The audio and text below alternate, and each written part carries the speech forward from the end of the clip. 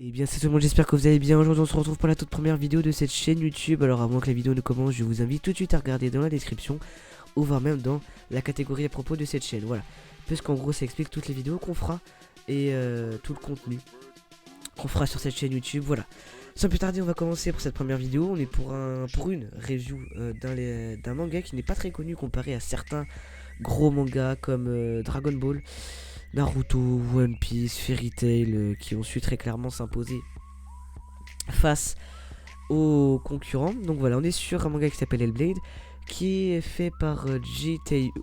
Alors, désolé si j'écorche les noms coréens, chinois, japonais, voilà tout ça. C'est juste que je ne sais pas trop les prononcer en fait. Donc voilà, donc on est sur un manga qui est fait par ce mec. Et niveau manga, donc on a une couverture avec un mec. Voilà, je spoil un peu, mais de toute façon je le dirai plus tard. Avec Jack l'Éventreur en couverture. On a une arête, une tranche, voilà, avec marqué l'édition qui est Ki-un ou Ki-on, encore une fois, je ne sais pas le prononcer. Le titre, donc Hellblade, le tome qui est le 1 et l'auteur, et encore une fois la maison d'édition. Une quatrième de couverture qui présente vite fait ce tome.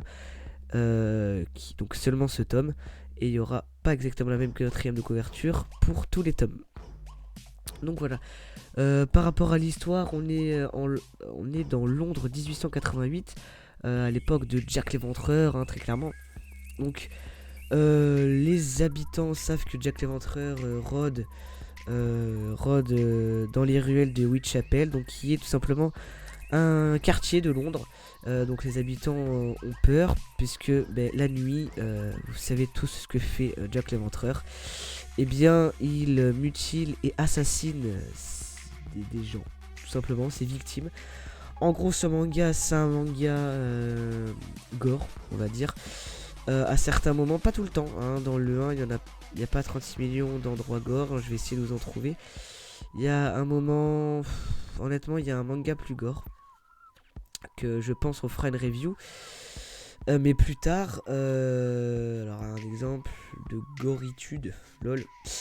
Un exemple, voilà, ici par exemple, je sais pas si vous voyez très bien, ça se voit pas très bien mais on se voit mieux en vrai. Et puis il y a d'autres endroits où il y a des katanas plantés vraiment partout dans le corps. Voilà, donc le nombre de tomes au total, il y en a 5, il me semble, 5. J'en ai à ma possession 3, donc le 1 qui est juste devant vous. J'ai le 2, donc qui est là, juste. J'essaie de maintenir debout, tant pis, je vais le tenir. Donc le 2, vous voyez. Voilà, le 2 et le 3. Voilà, j'ai le 1, le 2, le 3. Et donc, voilà, très clairement, c'est mon. Enfin, c'est un très bon manga. Après, je pense qu'il plaira pas à tout le monde, mais voilà. Où est-ce qu'on peut le trouver? Donc on peut le trouver chez Amazon. Donc de toute façon chez Amazon on peut tout trouver. Le lien sera dans la description. Donc le lien sera dans la description. C'est vraiment un manga action. Il y a pas mal d'action pour le coup. Il y a vraiment pas mal d'action. Il y a du suspense. C'est clairement du fantastique. Parce qu'il y a des monstres tous les 3-4 matins. Et puis c'est plutôt cool. Voilà. C'est tout le temps. Vous voyez, quand le gars lui met une patate et qu'il meurt. Enfin, il s'explose très clairement. Alors, juste, j'essaie de retrouver un endroit qui m'a fait rire.